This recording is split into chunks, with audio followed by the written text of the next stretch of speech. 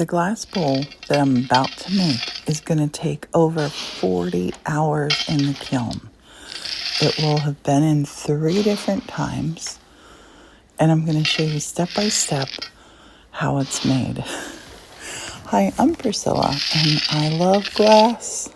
And the technique that I'm doing here is called fuse glass. Now, I'm looking directly at the camera. I'm not looking at what I'm doing because this is something that I have seen creators doing, and people engage with it. Look, I don't even look where I'm putting that glass except there. I was cheating a little bit. It's really hard. So when you see the creators staring right at the camera and doing something, boy, oh boy, do they have concentration. Me, not so much. So I'm starting here with a base. This is a heavy base, probably at least 1.5 pounds of glass, maybe even 2 pounds of glass to make this 40-hour bowl. Now these candy canes, I'm using them to smooth out the glass, but I'm laying them on the bowl. And P.S., you have to first flat fuse this piece. We're going to drape this glass over a mold, but I'm getting ahead of myself. The candy canes and all these little bits and pieces were made by Morton in our vitrograph kiln. Now, a vitrograph kiln is something that you pack the glass into it. He packed red and white, twisted it out to make candy canes. There's a hole in the bottom of the kiln. Hot glass comes out around 1550 degrees Fahrenheit. And then once they've cooled, I've layered candy canes on here to start. But I'm really working on my design because I have a vision of what I want this to be. I want it to look like candy canes coming out of the bottom of the bowl. But I also want to layer the candy canes in my clear glass. And there's some of this glass is iridescent as well. Not all of it, some of it. I got a teeny little bit of green powder that I just sprinkled on there, and I have these little white dots. They had already been in the kiln for 12 hours to make them. The little white dots, I'm just going to pop some around there. Now, I have sped this up because this is a long video, and I want to say thank you in advance for watching it through, if you do, and invite you to follow. And these are peppermints that I made a couple years ago. So I'm going to just put, I think, 3 of my old peppermints in with Morton's new peppermints. Now, his new peppermint sticks, I love how they look. These ones are little bits. These ones, he did pack these specially. He didn't twist these when they came out. So when we cut them, they look like teeny tiny little peppermints. See? They look like little peppermint candies. And this, I don't know why this is happening, but this year, I am all about the candy canes and peppermints. It's definitely a peppermint Christmas here. Not sure why.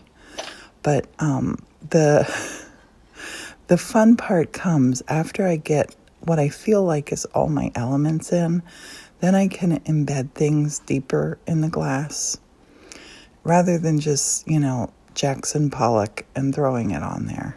It kind of is a reason to the madness. More glass. This bowl is going to weigh in over 3 pounds. There's a lot of glass in it. But that's what we're going for. And then I decided to take this beautiful couple tones of red, like red jewels in this, and put this glass around the edge, the whole way around the edge. And I layered it thick enough that I'm hoping when I drape the glass, it'll really come out lovely. I have to make some adjustments with my candy canes because I'm figuring out where they're going to drape over the bowl, how I want them to look when it's done. So this is kind of a trust the process, but you also need to know that I'm going to make it flat first, and then I'm going to melt it down over and drape it down over. So this is after melting in the kiln, 14 hours in the kiln, to get this flat disc and a couple of these little little bits turned into little glass balls for future projects, my little dots that I love. This feels beautiful. There are no big bubbles in here, and it slid just a little bit, but I wanted to show you when you lift this off, the kiln paper sticks to it. Now the kiln paper, I typically have my mask on when I'm doing this. I didn't, you can't see it there, but I'm holding my breath, and yeah, then I go for the water, because the water keeps my kiln paper from the powder from going all over the place. So you can see how the powder gets on your fingers. I keep a little dish of water on my desk. I always have things soaking in here. So I'm just going to sprinkle this on the back of this to keep the dust down. Because it's such a big piece, it won't fit into my little water bath. I could get a bigger tub, but I'm not going to do that. So I'm right here, I'm having an idea. As I'm pulling this glass off, can you see can you see the wheels turning in my head? They are. And I'm thinking, I am going to take this powder, because this is it's hard to explain. It's kind of like a clay that's in paper form. I'm going to use it and try to mold things in the future. But for right now, I have to line my kiln shelf again with pieces of paper. Then I've chose this bowl. I like the bottom of it. And I have to cover this bowl with another piece of kiln shelf paper.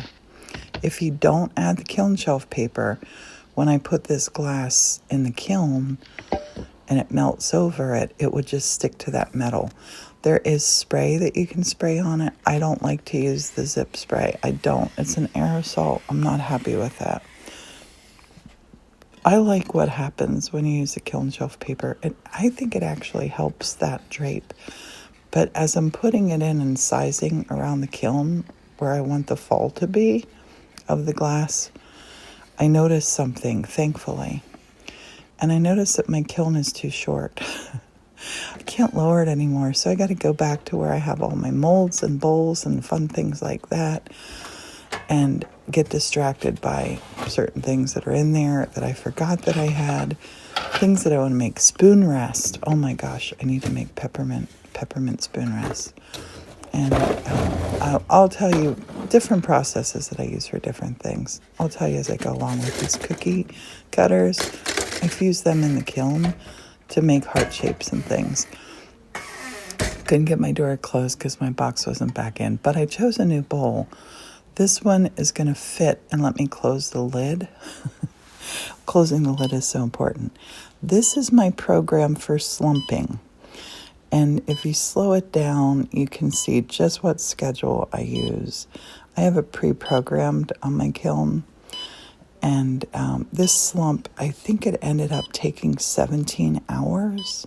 You'll see you'll see the next bit here. So you program the kiln, you start the kiln. It takes a minute to program because you got to go through all of these. And I like to verify that everything is as I want it to be. You get it all the way back to where it says on. There we go. Now it's complete. It took over 17 hours in the kiln. And was it worth it? Yes, no cracks, no crying, but wait till you see what happens next. When I lift this up, the metal bowl, it's stuck inside there. So I have to, look, it just sort of grabbed a hold of it. Gently pull it out. My paper just falls away. The next step is washing this.